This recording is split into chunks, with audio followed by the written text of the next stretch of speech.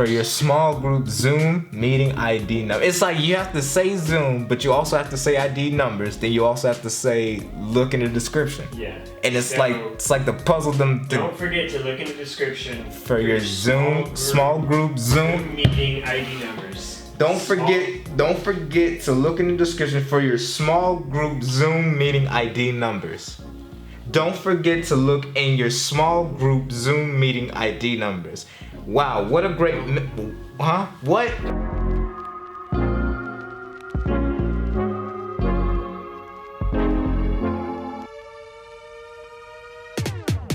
Hey OSC Youth and anyone else joining us, I'm Tim and this is... Danielle.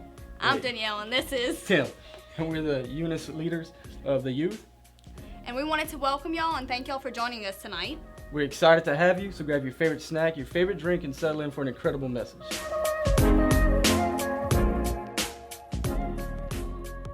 What to do, OCU? Today we have a brand new game today that we like to call Taste Buds. I have the mechanics right here. I got Luke. What's poppin'? And I have Olivia. You don't say nothing? Alright, cool. No.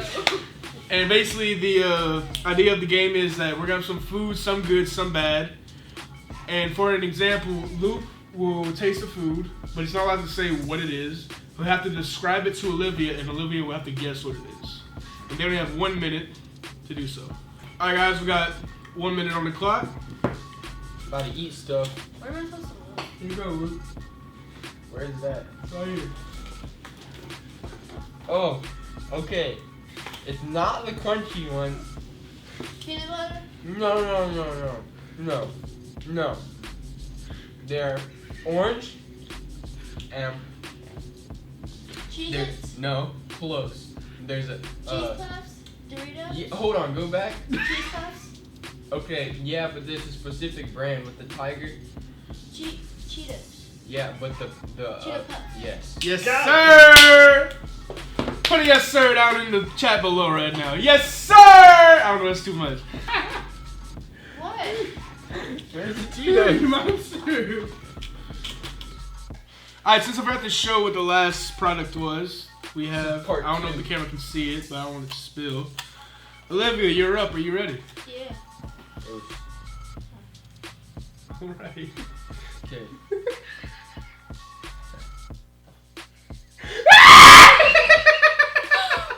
Here, just put your face in it. That's literally all I can do.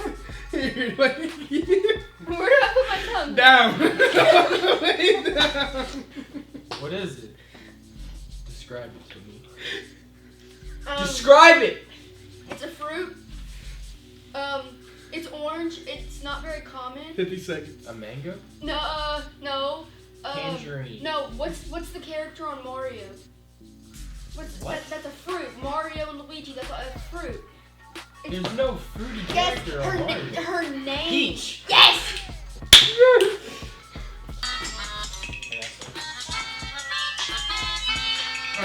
Yeah, throw it on the floor, Liz. Alright guys, now for a third product, I don't know if the camera can pick that up. Yo, it smells weird. No, just open your mouth. Why'd you say it like that? Just open your mouth. Wait, hold on, you need a timer. Stop. Oh, Liz, you used to eat these all the time when you were little. Yeah, the sausage. Yes.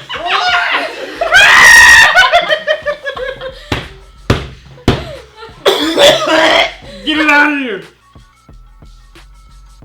There's number 4. Alright. So, product number 4. Number 4. Well, if the camera can pick that up. Wait, oh, I can't.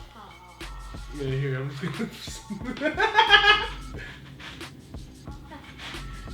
What? This is number 4. Oh! Mom was gonna make these tonight, but Dad said he didn't like these. What?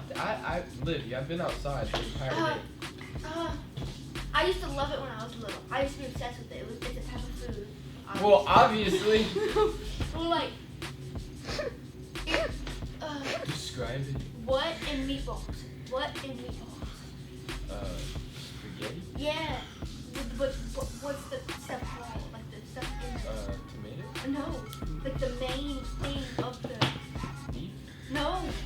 It's not a meat. Noodles? Yes. It's just noodles.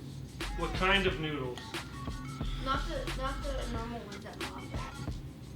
What? Not the ones that Mom does. Okay, well, what kind of noodles are we talking about? 10 seconds. Come on, what kind of You have to noodles? guess. You have to guess. I need the noodles! You have to guess. It's just a noodle. I don't Time's know what up. type of noodle it is. Number Alright, 5. guys. Number 5. I don't know if you can tell what this is. I can't. A chocolate pasta. They said it was bad, so I don't know why I'm getting myself into. Shh. Alright, guys. Product number, what, 5 now? 5. I don't know if you can tell what it is from that 4, but Luke, there you go. That's my hand.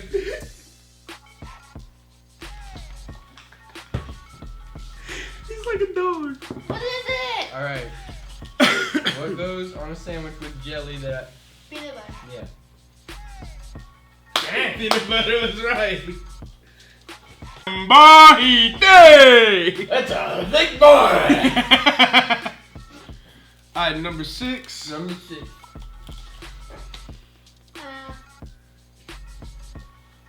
Put it up in my mouth.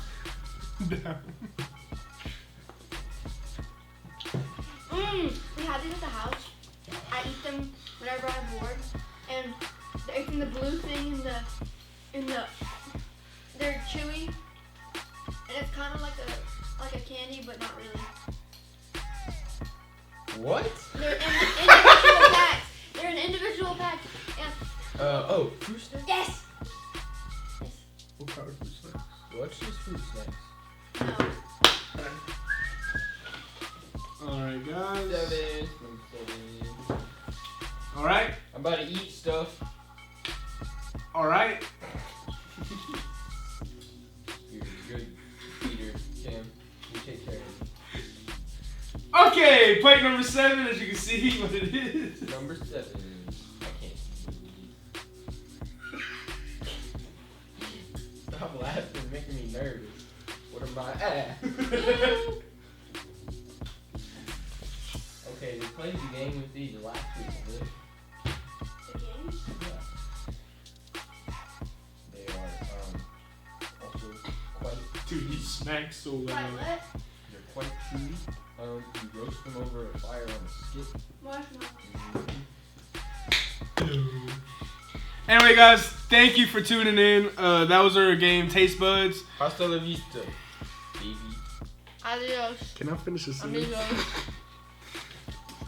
That was nice. When you flipped your hair, that was kind of sexy. Alright.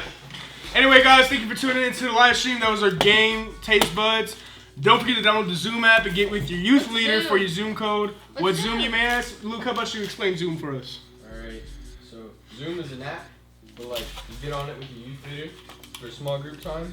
So like a lot of y'all probably don't have it already, so you're gonna have to download it, and there's gonna be a code either in the comments or they'll tell you where it is later on, but it should be in the comments of this video.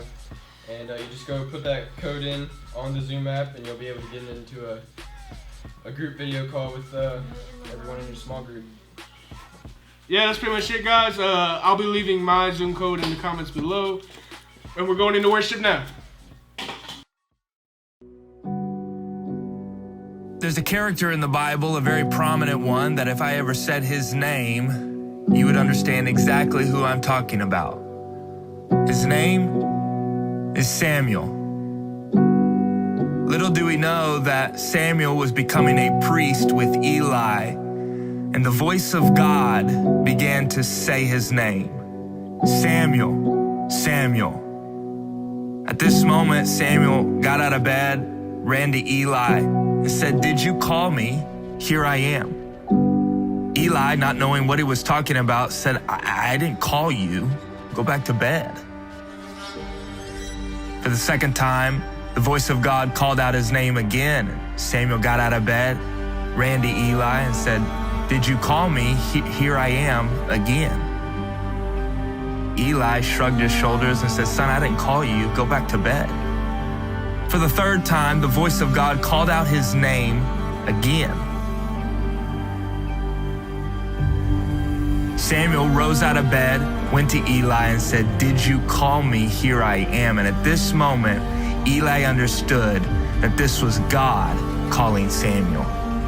He told Samuel, "Next time you hear the voice, say these words, 'Speak, my Lord, for I am listening.'" Samuel heads back to bed, and he hears the voice of God saying his name, "Samuel, Samuel." And this time, Samuel stayed in his bed and said, "Speak, my Lord, for I am listening." At this moment, Samuel realizes that God has a very special plan for his life. And when it comes to this special season and this different time in our generation, I believe that our church has been called to break barriers. Us as individuals has been called to confuse categories, wreck paradigms, upset prejudices. What we've got to realize is we've got to stop considering it common what we experience in the natural every single day. You see, when opportunity meets obedience, miracles happen. And how are we being obedient to the voice of God in this current situation we are in? You see, our church and us as a body has not been shaken. Psalm 16:8 says, "I keep my eyes always on the Lord, and with him at my right hand, I will not be shaken." You see, faith is about allowing God to set the direction of your life without seeking the details. Faith doesn't eliminate fear, it enables you to handle it. Because we can be so certain in one breath and so confused in another. God doesn't casually tell us to not be afraid, yet he says, "Do not be afraid, for I am with you." His voice is calling every single one of us today, in this moment, right now. And what we give attention to, we give authority to. Maybe a text is what needs your attention. Maybe someone else in need needs your attention. Maybe following through on that Bible plan needs your attention. Maybe you're not the only thing you need to think about, but maybe the people around you is exactly what God is calling you to right now. Today and forever, God is with you. Are you willing to listen to his voice and trust in him?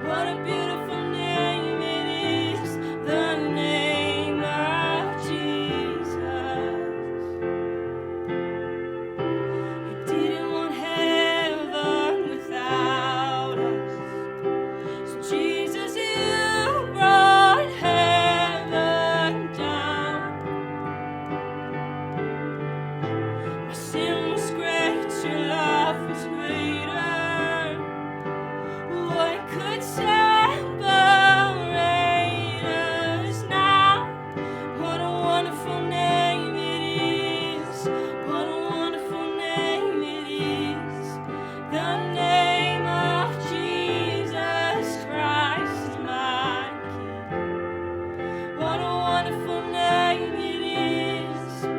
Oh, nothing compares to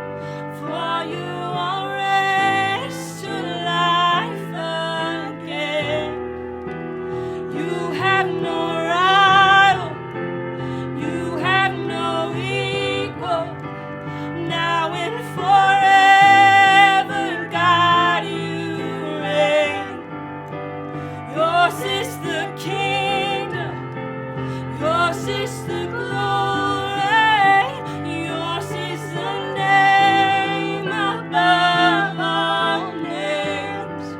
What a powerful name it is.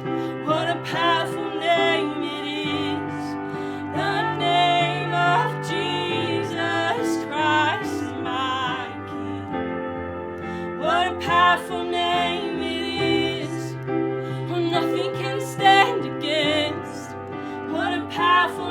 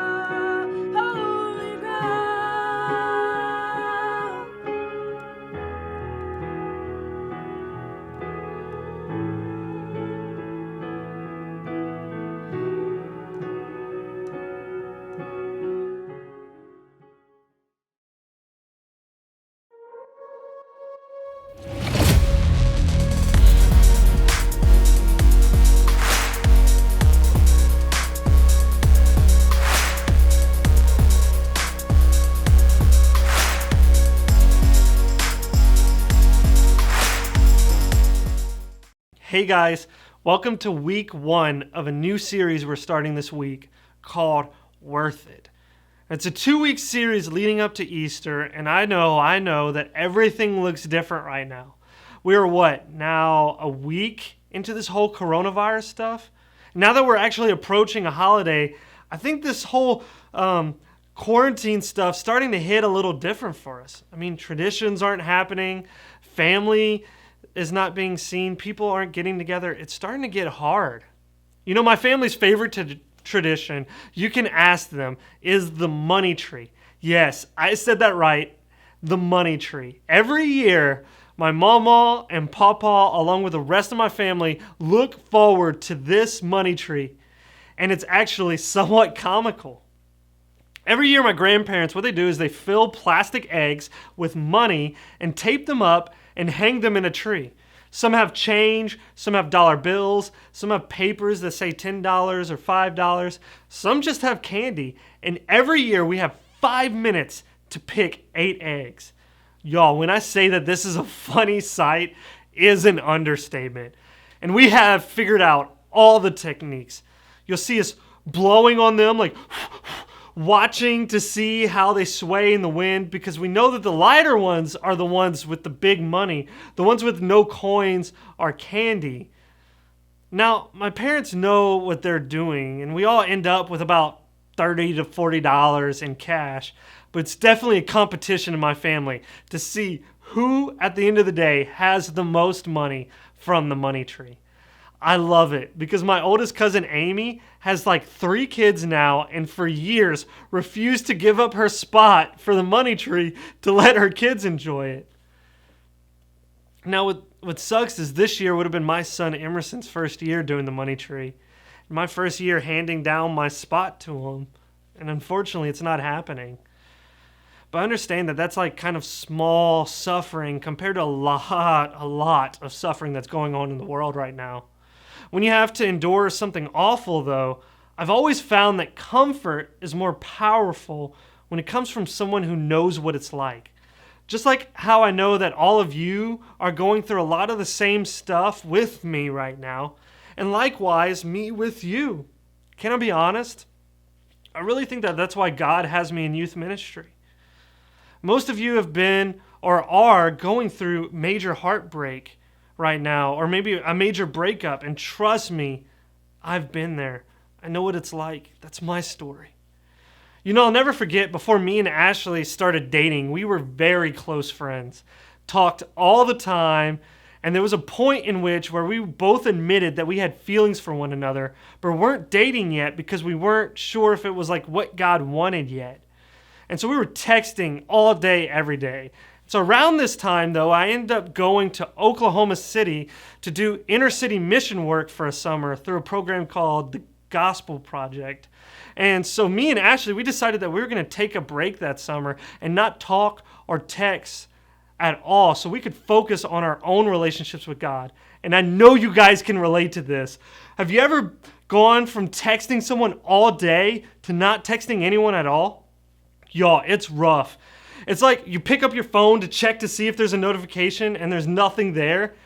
That summer, I really learned what it was like to truly be single. And y'all, it was hard.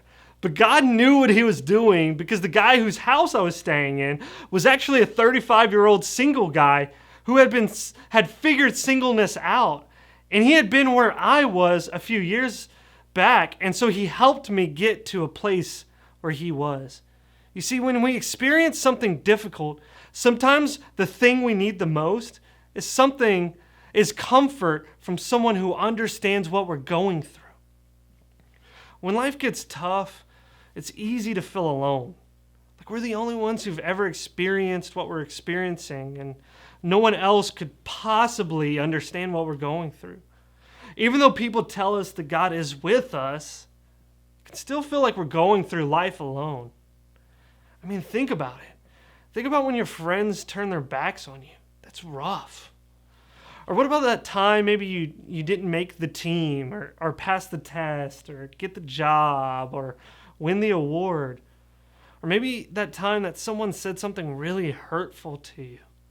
Maybe right now your family's struggling through this coronavirus stuff, like financially, emotionally, stressed, struggling. When life is difficult, we tend to wonder, why would God let this happen to me? Should I just give up? Is it even all worth it? This may come as a surprise to you, but even Jesus understands what it's like to ask these types of questions. You see, that's where Matthew 26 comes in. If you've been around church before, you've probably heard that Jesus died and then he rose from the dead a few days later. I mean, that's kind of why we celebrate Easter Sunday. Like, that's kind of what we're going into. We all pretty much know this. Before we talk about what happened after Jesus died, which we know is his resurrection, let's talk about what happened before, because I think Jesus has something to show us about suffering. So Matthew 26, chapter 26, Jesus is about to be betrayed by Judas, and the crucifixion is about to happen, and that's where we pick up, starting in verse 36. It says this: Then Jesus went with them to a garden called Gethsemane and told his disciples, "Stay here while I go over there and pray." Taking along Peter and the two sons of Zebedee, he plunged into an agonizing sorrow. Then he said, "The sorrow is crushing my life out. Stay here and keep vigil with me."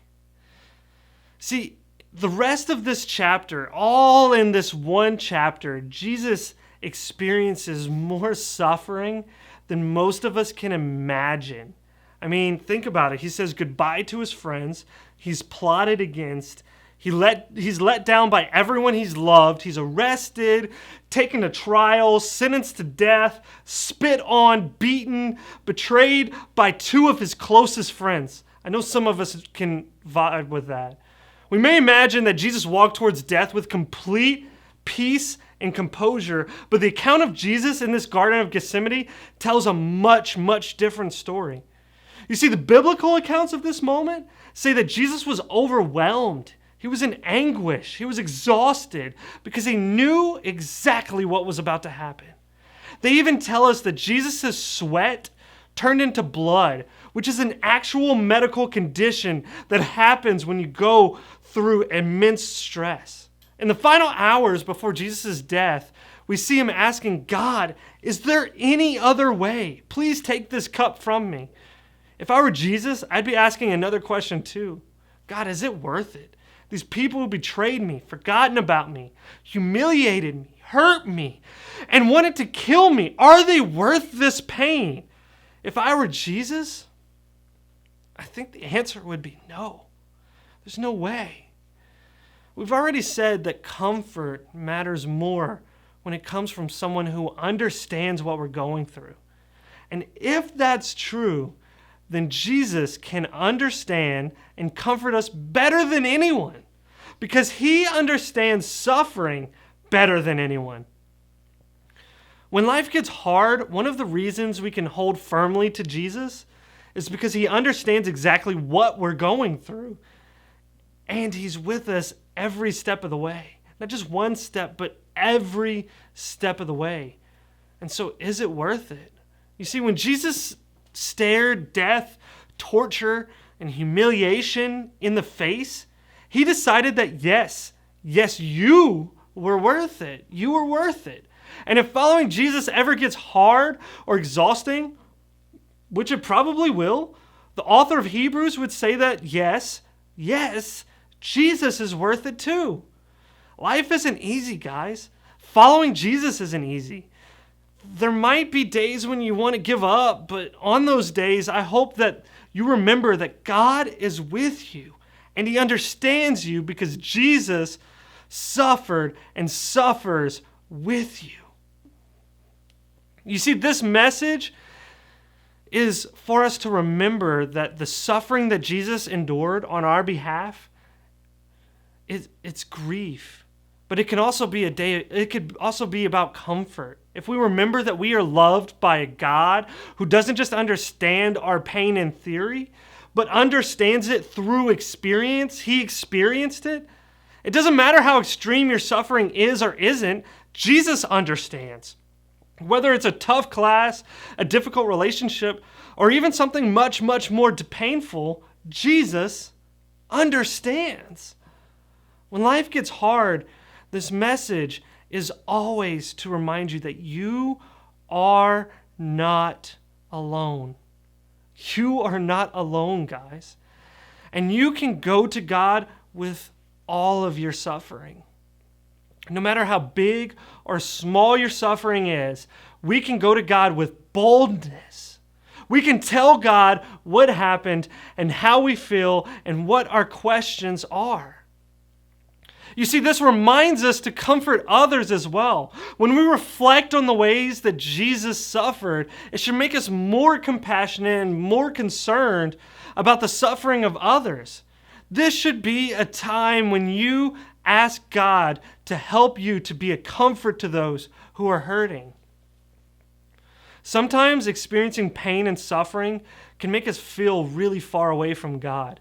But what if we decided to see pain and suffering as a way to get closer to God?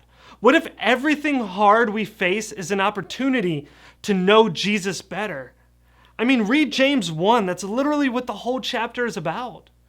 Are you disappointed, stressed out, lonely, afraid? Jesus knows what that's like. What if instead of asking, God, why did you let this happen to me? You ask, Jesus, when did you feel this way?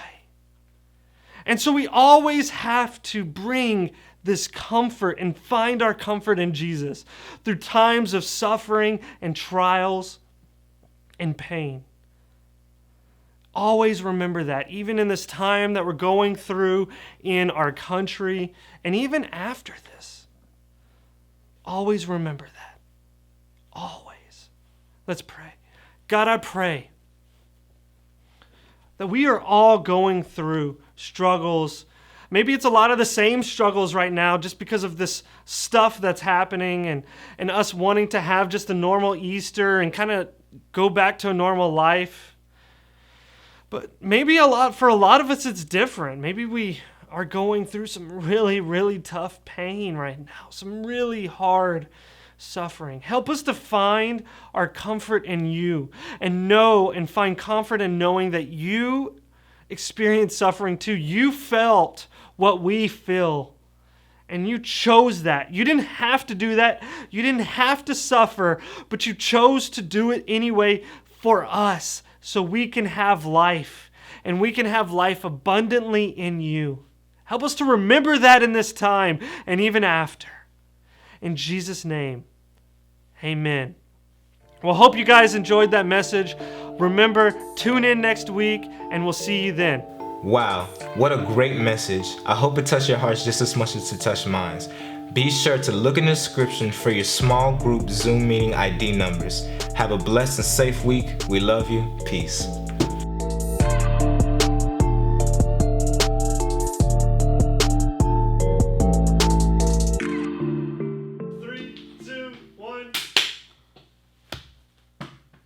Anyway, guys, thank you for tuning in to...